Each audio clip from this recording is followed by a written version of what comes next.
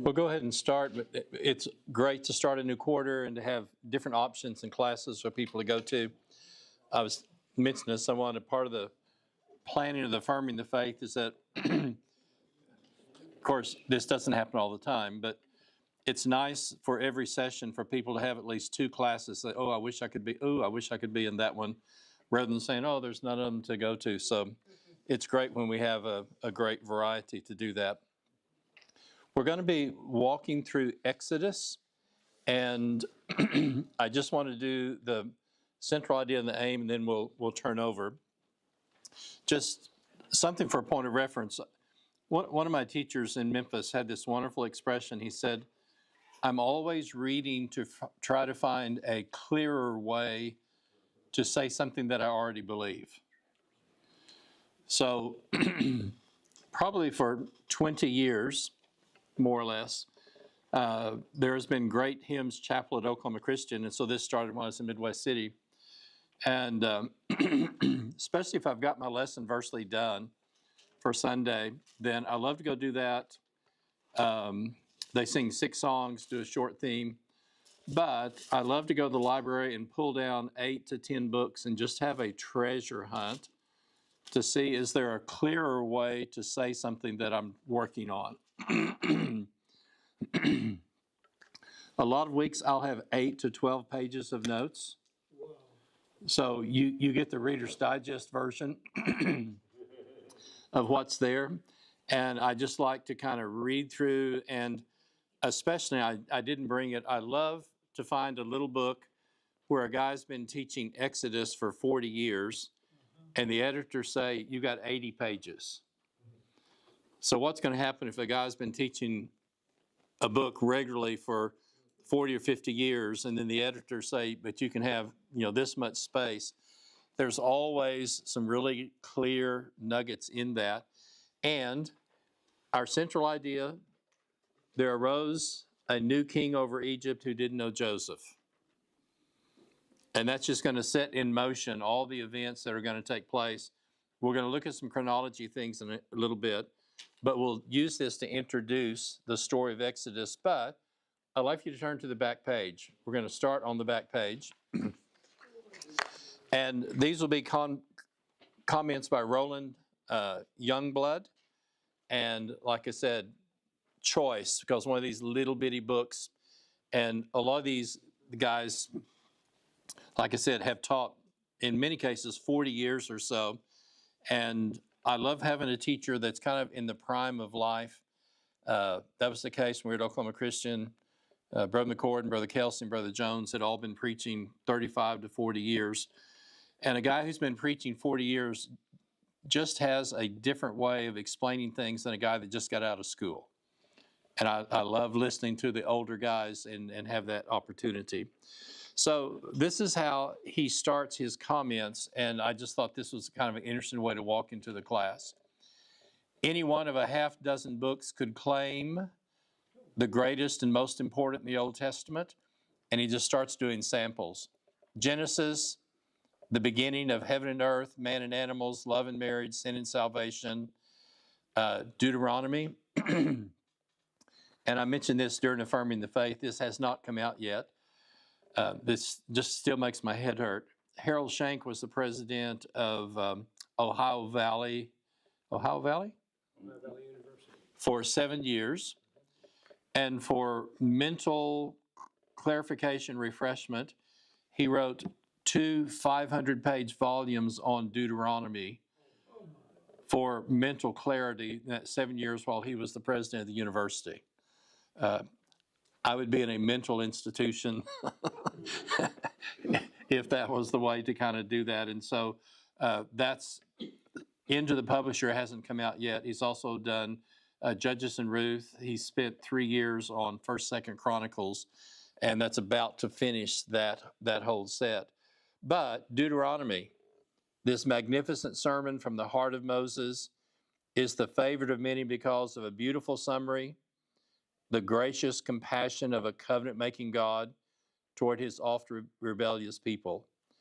One of my votes would be for Psalms. The collection of hymns stirred the souls of believers through the ages. They're often attached to the end of our New Testament. Isaiah, unparalleled descriptions of the nature and attributes of God, frequent predictions of the coming of the Messiah. Jeremiah, loved by others because of its lengthy reflections on what it cost to be God's prophet during the invasion of Jerusalem and the destruction of the temple by a ruthless Babylonian king. Let me just pause for a second. He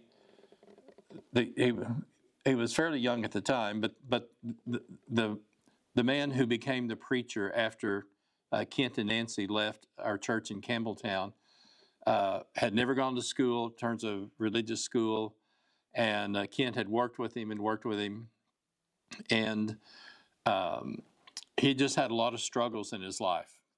And they actually lived down the road from us. Sheila had made the contact initially with his wife. Anyway, every time, Lord willing, we got to go back, always have some time with Frank and just, pray with him and how you doing. And I came back one year and I said, Frank's going to make it. And Sheila said, are you sure? I said, I'm just pretty sure. After all the stuff he's overcome, I think Frank's going to make it. And she said, how come? And I said, well, he has started reading and meditating on the book of Jeremiah. And as we talked that time, well, like for example, his ride came at 6, and so he got up at 5, had breakfast in 15 minutes, and would read scripture for 30 minutes before his ride showed up each morning. And he said, I've just been involved in the book of Jeremiah. And he said, isn't it amazing all the things that one man went through in order to serve God? And then he started listing this and this and this. I don't know that most of us would refer a new struggling Christian to the book of Jeremiah. But God's word's perfect for the reason that it's written. And Frank Cunningham just turned a corner in his life, and watching the struggles that this man has, and his ministry's going to be at the very end, all the captivities that are going to take place. And so a lot of people are going to love that. Daniel, the historical side, and then you have these amazing visions and prophecies. And then here's why I included this. When it's all said and done, I am becoming increasingly convinced that Exodus is the Old Testament's greatest book. Oh, my. And notice his rationale.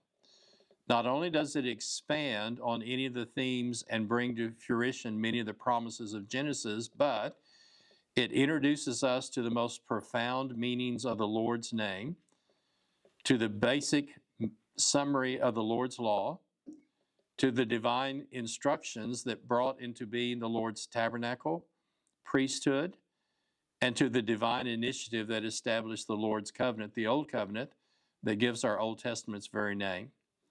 But more, the book of Exodus tells about the miraculous redemption of the Israelites from their Egyptian taskmasters, the glorious truth that God brought his people, quote, out of Egypt and out of the land of slavery, rings like a refrain through the rest of the Old Testament.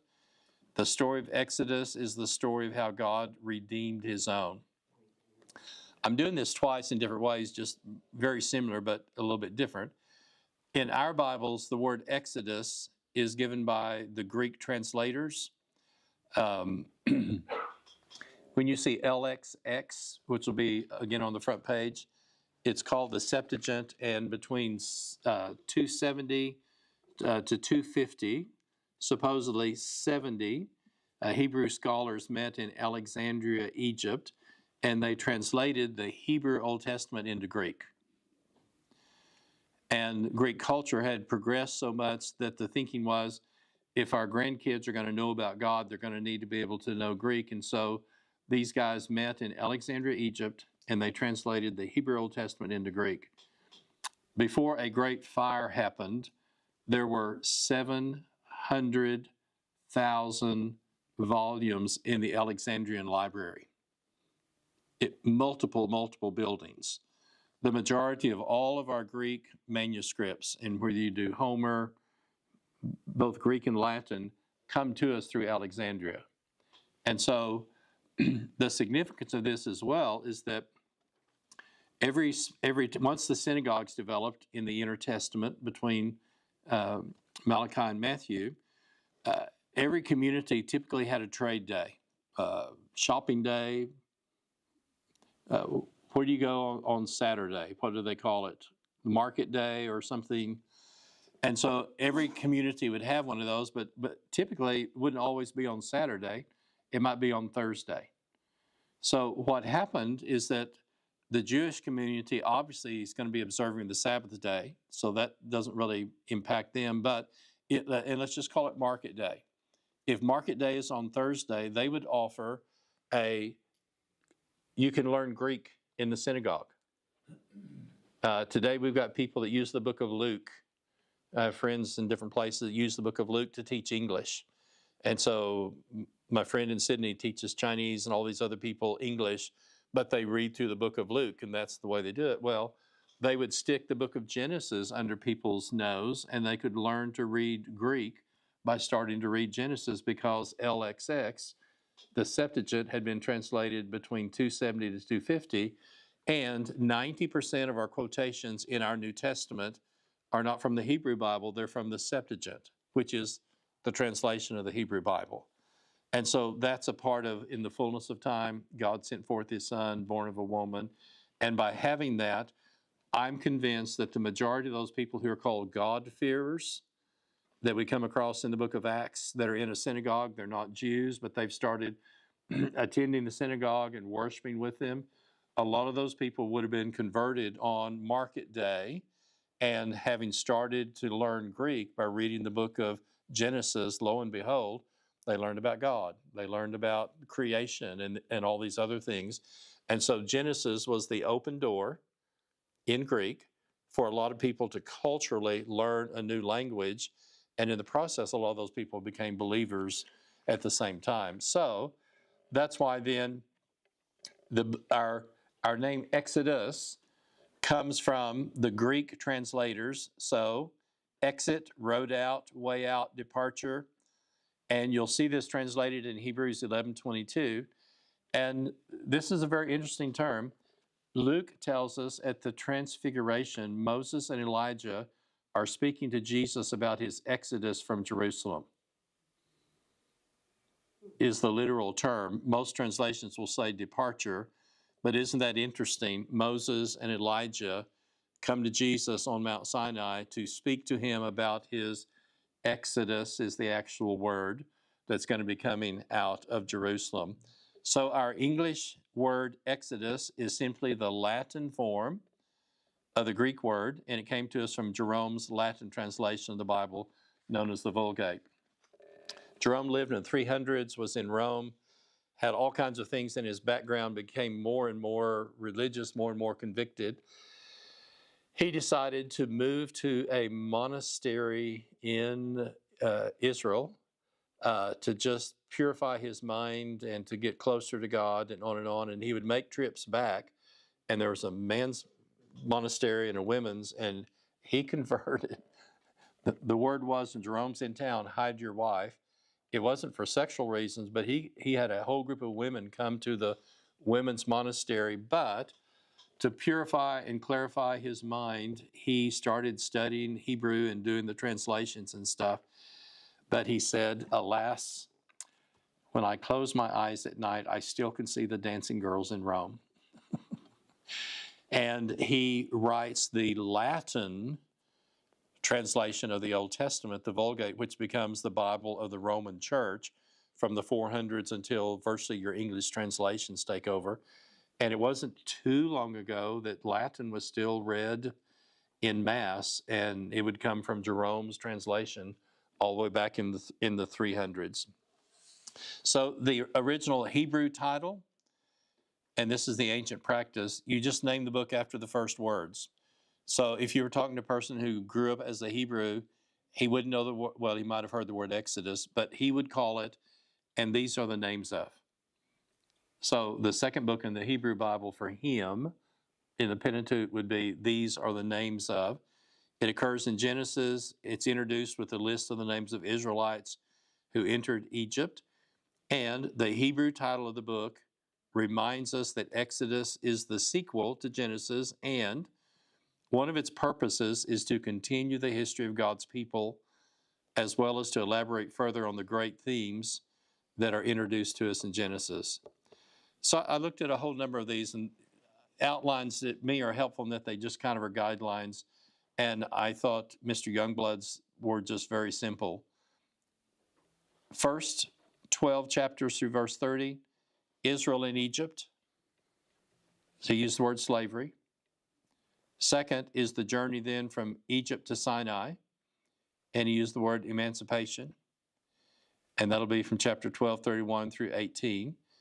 And then we have this prolonged period of time at Mount Sinai, and he used the word revelation from chapters 19 through 40. So there's first going to be the establishment of the covenant, and he calls it the provision of life. And Lord willing, we'll come to this. This may even be after the summer. Still just burnt in my mind. I think it's 24, around verse 8 or 9 or whatever. Moses has read the covenant, and there's a back and forth.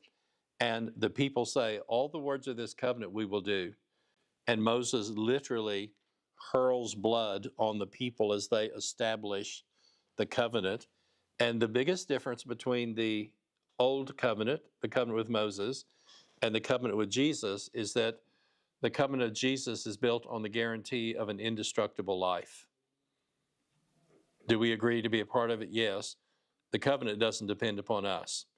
And that's why the term bilateral is used. The old covenant is a promise, and they committed themselves to keeping that covenant. In reality, broke it again and again. So Exodus will tell us how God's chosen people are delivered from Egyptian slavery to become, and here's this wonderful term, a kingdom of priests and a holy nation. So let's go to the front.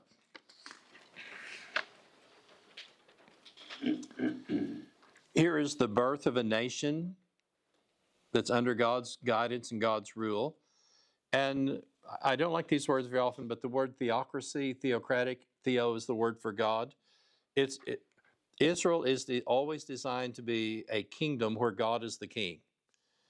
And for example, when you come into 1 Samuel, rusty memory, chapters 9 and 10, as the king is appointed, God doesn't call him a king. He will call him something like a ruler. He will be a leader. And so God is always to be the king in a theocracy, and the king is under God. Lift up your heads, O heavenly gates, that the King of glory may come in, says the psalmist. Who is the King of glory? The Lord, strong and mighty in battle. He is the King of glory. So God was always to be the king, and the earthly king, the ruler, was always to be under God. And Exodus links Genesis with the rest of the Old Testament. Abraham's descendants are going to be redeemed. And we're going to end with 70 descendants of Jacob moving to Egypt. And this will be during the second year of the famine that we hear about in the end of the book of Genesis. So Exodus will tell us the story of how this nation exited Egypt by God's powerful acts of deliverance. Corey Roper has written the one in the series that's come out of Cersei. Exodus bridges the gap between the patriarchs and the prophets.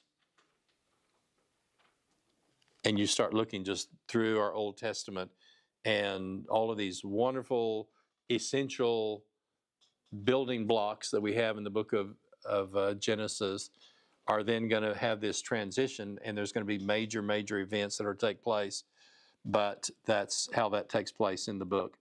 If you look down at number 4, in Genesis 12, the biblical story focuses on the call of a man, and God makes these very specific promises to Abraham. And then the man becomes a family, Isaac, and then Jacob, and then the 12 sons through chapter 25, 19 through 28. There's the extended family, the 12 tribes. I don't know the best word to use. I used from chapters 29 to the end of Genesis an extended clan. And then we'll read these. Numbers 1:44 gives us a specific date as they come out of Egypt. So we know that 70 people go in. So I'm reading Genesis 46, verse 26. All the persons belonging to Jacob who came to Egypt, who were his own offspring, and I hadn't noticed this, not including Jacob's sons' wives. I don't know why, but I don't know if it's just to get to the number 70 or what, but when they counted the descendants, the growing family that goes into Egypt because of the famine, 70 people are listed, and the list will include all of the offspring, not including the sons' wives. So there's 66. So you have Joseph and his wife, and Ephraim and Manasseh. So in all, the persons of the house of Jacob that came into Egypt were 70. So we're going to have some very specific numbers, and that's something to notice. So when you read the opening of Exodus, and we're going to have several hundred years take place, they were fruitful, they increased, they multiplied, they grew exceedingly strong. The land was filled with them. A new king arose that knew not Joseph. And I read that and I go, dun, dun, dun, dun. It's not going to be good. But this is the other thing. And I have such respect for both revelation and the working of God. As human beings, I don't think we ever second guess God, but there's a sense that God is going to allow certain people to be in certain positions that they act of their own free will to accomplish his purposes. And anticipate this, and I still don't have this totally worked out in my mind, but they're just about half and half. We'll recount when we get there. But as these plagues start, one side of it will say, God hardens Pharaoh's heart. And then you read along a little bit later, and guess what it will say? Pharaoh hardened his heart. You're going to have both of these things going on. And I was talking with my son when he was in college, and just, I don't know how it came up, what about this? And I was talking more about the free will, and my son said, well, I was raised by a man that said I ought to believe what the Bible says, and my Bible says God hardened his heart. I said, you're right. However, there's also times where Pharaoh hardens his heart as well. And it's the same thing that we had noticed previously with Judas. I think the greed of him being the treasurer, him taking money out of that, out of his own free will, when the waste is given, that this expensive ointment is done, it could have been sold and money given to the poor, which would have given him his cut. I think that prompted him to betray Jesus. Twice, Luke and John will say Satan entered him, but Jesus didn't force him to do that. And that's the amazing thing about the providence of God. And we'll see that as this confrontation takes place, and there's a lot of things that go into the background. So I'm under number 4, about halfway down. And we've touched on this, but I wanted just to kind of pick this up as we come back to it. The whole number of people of Israel by their father's house, from 20 years old upward, every man that is able to go forth to war in Israel. Okay, guys, help me. At what age are we not going to get drafted to go into war anymore? Wayne, what do you think? We got 20 and up. Well, I'd just be guessing, probably 50. Okay. Got a coach, player in the 45? I mean, if you're 20 years old, how many of us old guys do you want to have holding you back? if we're trying to defend but I mean, that's the reality of it. But here's what I want you to notice. That group is 603,550. This is why I think there's 3 million people that come out. We got all the guys who are under 20. Depending where your cutoff point is, we got all the guys over that. we've got moms, sisters, children, and everyone else.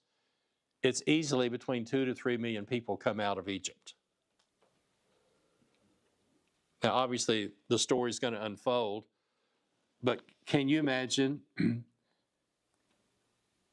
walking the state of Oklahoma from Oklahoma to Arizona on foot? And just imagine the problems. I don't even want to go there. And I've said this before.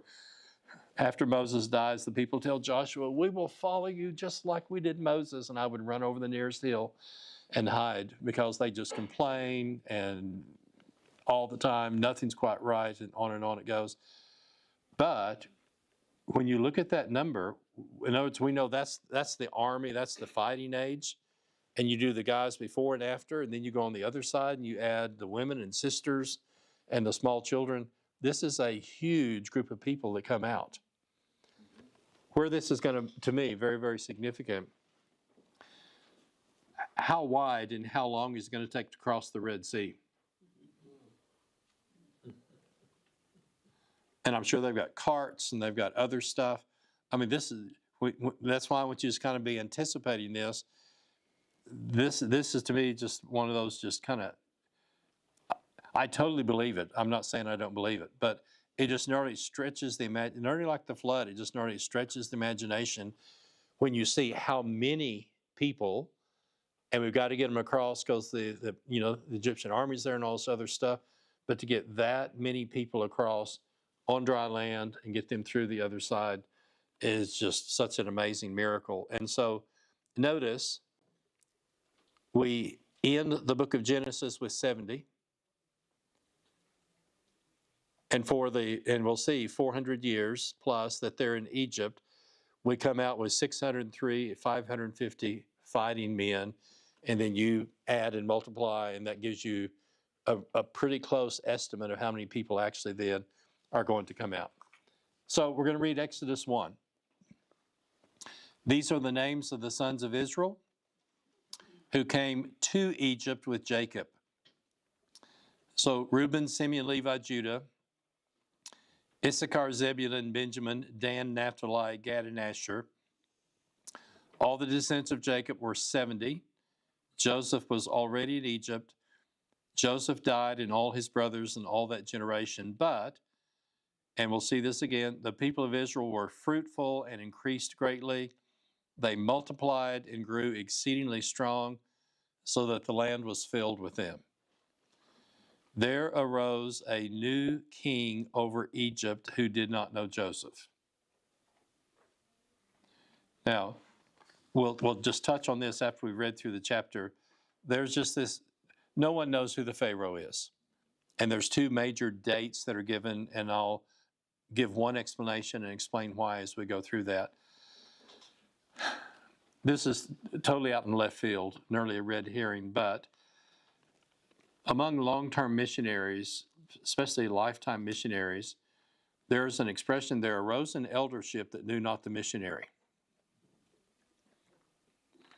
Kent and Nancy were supported by, it's not 10th and Rockford, 29th and Yale in Tulsa. They're going to live in Sydney for 17 years.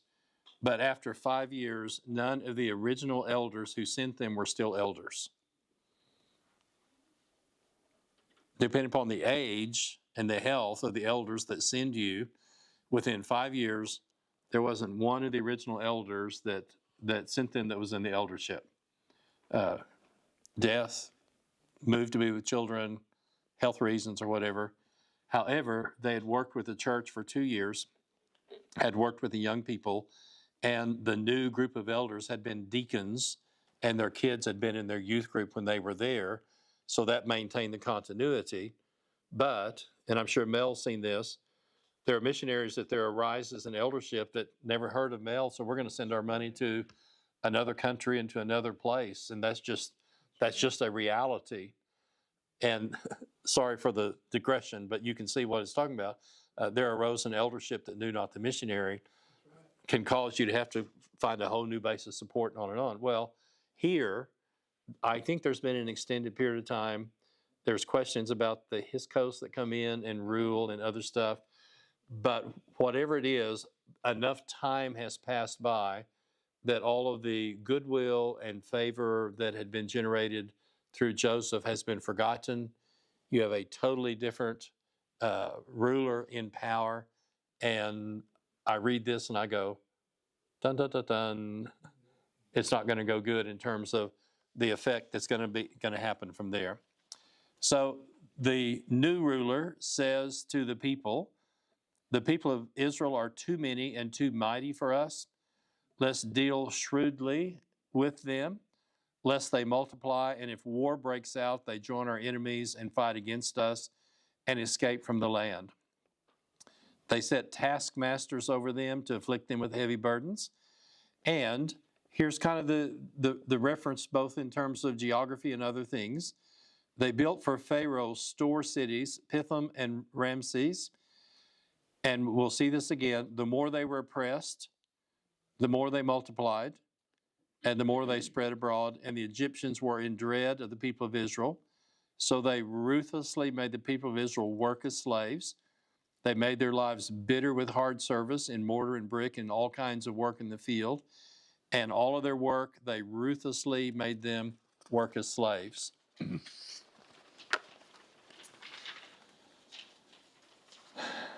Then the king of Egypt said to the Hebrew midwives, and we're going to notice this. Help me, would you say Shipra? Close enough? And how would you pronounce this one? Pua?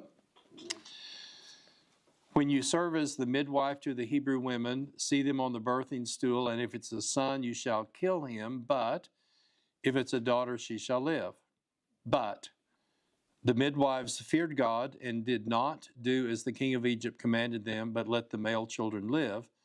So the king called the midwives and said, "Why have you done this and let the male children live?" And they said, "Because the Hebrew women are not like the Egyptians. They are vigorous and give birth before the midwife comes." So God dwelt well with the midwives, and the people multiplied and grew very strong. And because the midwives feared God, he gave them families. Then Pharaoh commanded all of his people, "Every son that is born to the Hebrews you shall cast into the Nile, but you shall let every daughter live." So here's just some things that I'm going to look at some of the timing issues. And I'll just go ahead and say this. There are two very different dates. It depends on both who you've been taught by and who you read. I tend to go with the older dates, which will explain why. And there's a whole another set that we'll just mention, but we'll just work through these. How long did they live in Egypt? We're going all the way back to Genesis 15. And I had read this for years, but I was in Memphis and Harold Red was giving a lesson. And he just stopped and kind of dwelt on this. And yes, I'd read it, and yes, I'd looked at it, but it like it was just branded in my mind. Look at chapter 15, 13, and 14 of Genesis. God says to Abram, before he's Abraham, "Know for certain your offspring will be sojourners in a land that's not theirs, and will be servants there, and they will be afflicted for 400 years. I mean, I come back to this over and over. This is just absolutely stunning. And whatever you want to call it, the providence, the foreknowledge of God, God foreknowing what's going to take place and other stuff. But God tells Abraham very specifically, yes, as we're going to see, sand of the sea, stars of the sky, whatever you want to use, we're going to multiply your children. But look at those terms: sojourners and servants, afflicted 400 years. I will bring judgment on the nation that they serve. Afterward, they shall come out with great possessions, and they shall come back here in the fourth generation. And on that day, the Lord made a covenant with Abraham. To your offspring, I will give this land. So just tuck that one away. 4 generations, which God's going to explain is going to be 400 years. And look at those very specific terms: sojourners, servants, afflicted, and God is foretelling 400 years before it happens all the events that we're going to be reading about in the book of Exodus. How many kids are running around Abraham and Sarah's house right now? The mistake. Remember Everett Hufford's term? Ishmael, God hears. Every time we start helping God, a bunch of little Ishmaels start running around. And he hasn't been circumcised yet. He's not 99 years old yet. Isaac hasn't been conceived. And so even before the child of promise is born, God gives him this roadmap. This is what's going to take place. This is, God knows in great detail everything we're going to read about in the book of Exodus. God tells Abraham, and he's about 200, I'm going to say 400 to 500 years before these events take place. So we're on 1:2. Moses tells us how long the Israelites were in Egypt. So we're in Exodus 12, 40 through 41. The time that the people of Israel lived in Egypt was 430 years. At the end of 430 years, on that very day, all the hosts of the Lord went out from the land of Egypt. Okay, so we're going to have two dates we're going to add, and we're going backward in time, but put that date away, 430 years. So 1:3, Solomon began building the temple in the 4th year of his reign.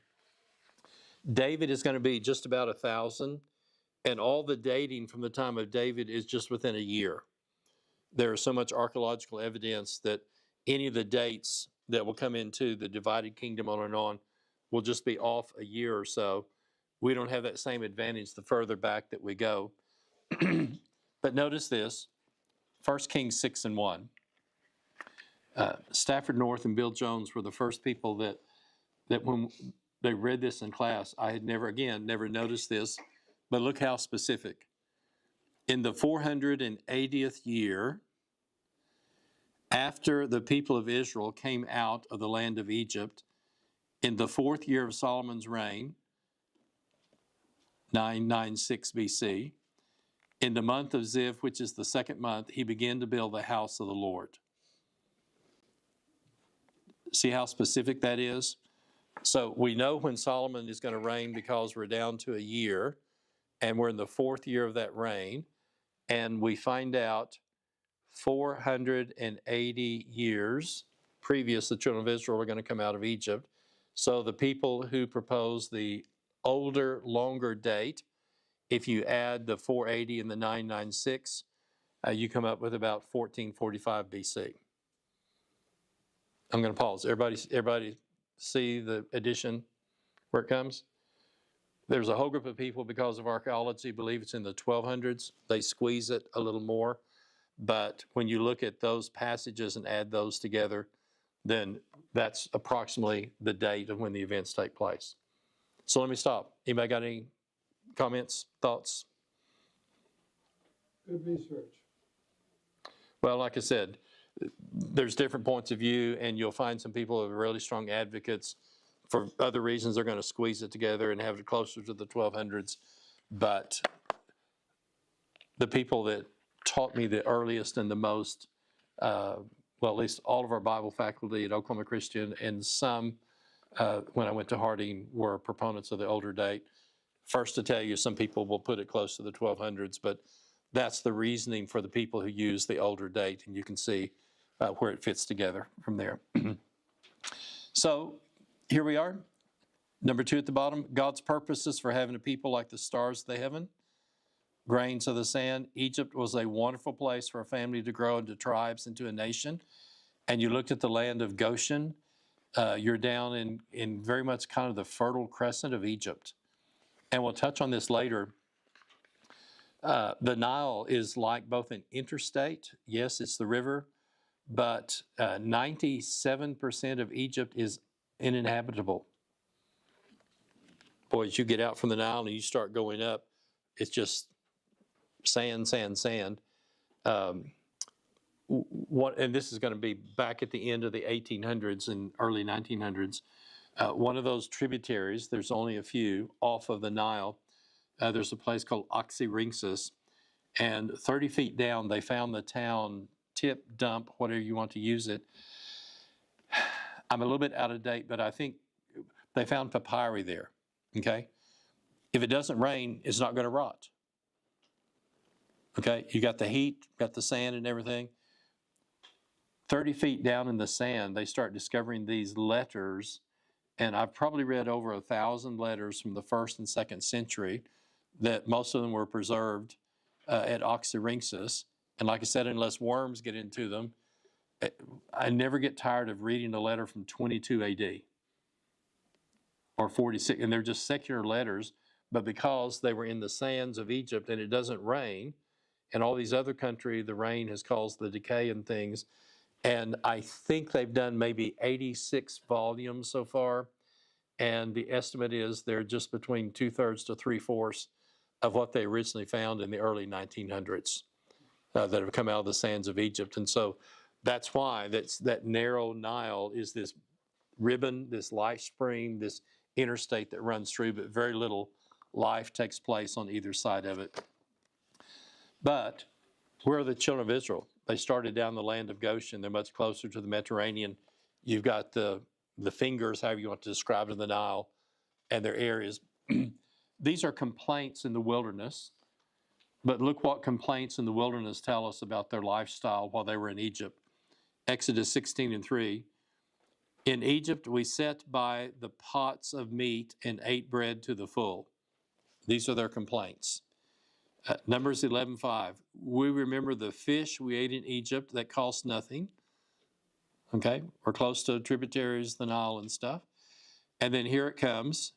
Imagine how stinking hot it is out in the wilderness. The cucumbers, the melons, the leeks, the onions, and I could do without the garlic. But you can see what they're talking about. Their complaint to Moses about their living conditions gives us an insight to how well things were, and which contributed to this prosperity that they had and to the spread of the nations that are there. So Genesis closes with Joseph making a thoughtful statement about the providence of God that brought about the rescue and deliverance of his family from the famine. And repeated more than once, you meant it for evil, but God meant it for good to keep a group of people alive. So you look at those terms while they're in Egypt: fruitful, increased greatly, multiplied, exceedingly strong, filled with them, Exodus 1:7. And then there it is, the new Pharaoh. Deal wisely, deal shrewdly, different translations will say. And then look at the oppression. We read this just previously, but just look at these words. They're afflicted, heavy burdens. They're oppressed. Yes, they're in dread of them. They ruthlessly made them work as slaves, made their lives bitter with hard service. All of their work, they ruthlessly made them work. So, as the people continue to grow, they did three things. One, they oppressed them, and the people kept growing. They commanded the midwives to kill the boy children, and they didn't. And then they commanded that the newborn boys be thrown into the Nile. And this is a comment from Coy Roper. Because of this decree, the child who was to become the deliverer was brought up in the court of Pharaoh himself. And Lord willing, we'll look at that next week. As Christians, do we justify the midwife? Did they just tell a fib?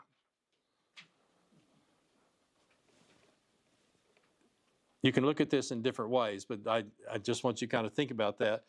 They didn't tell the whole truth, however you look at it. But notice the expression.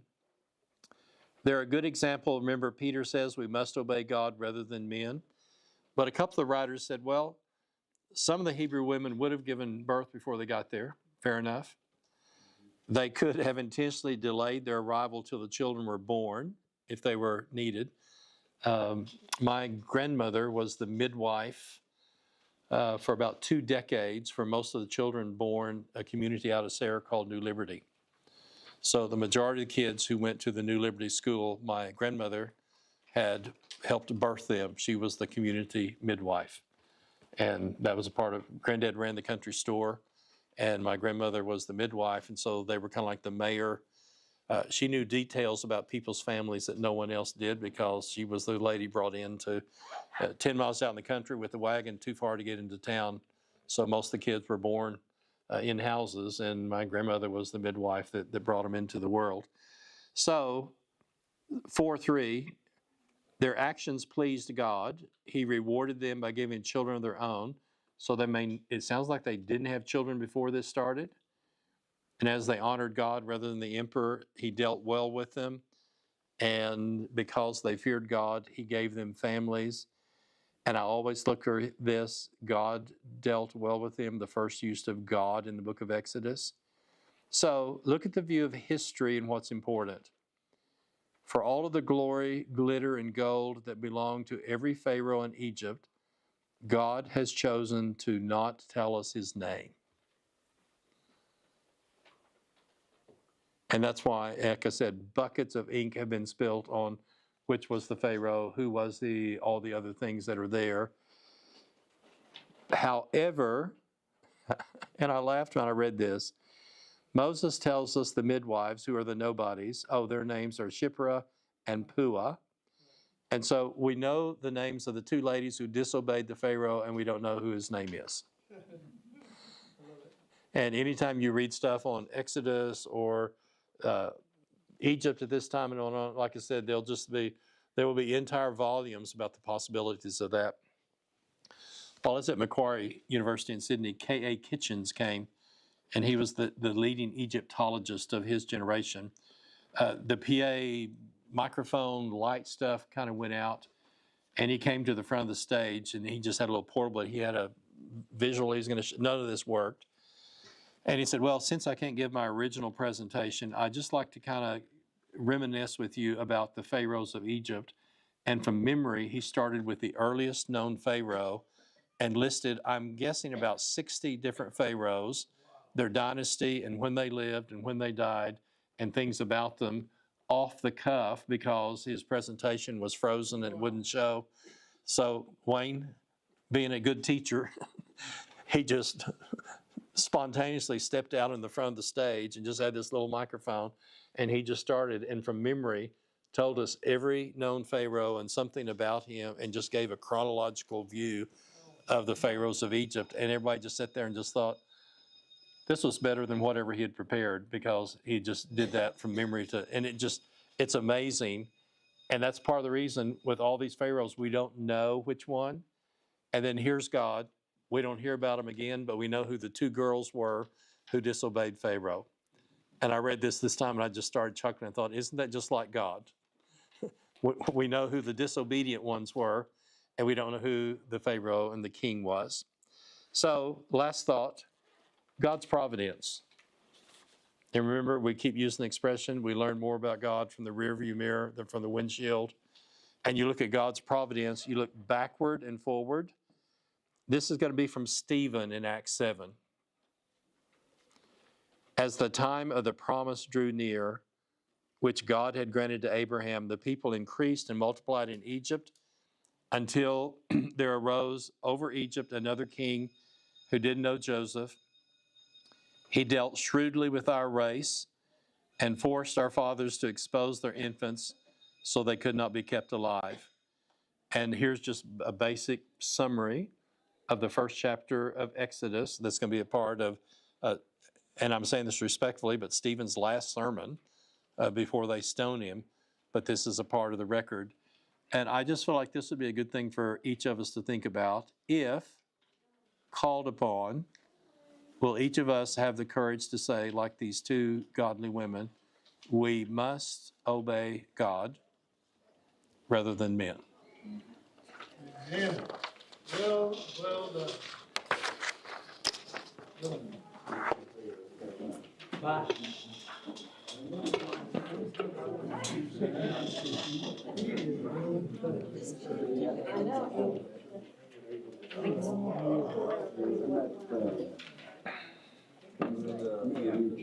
The left side was pretty good tonight.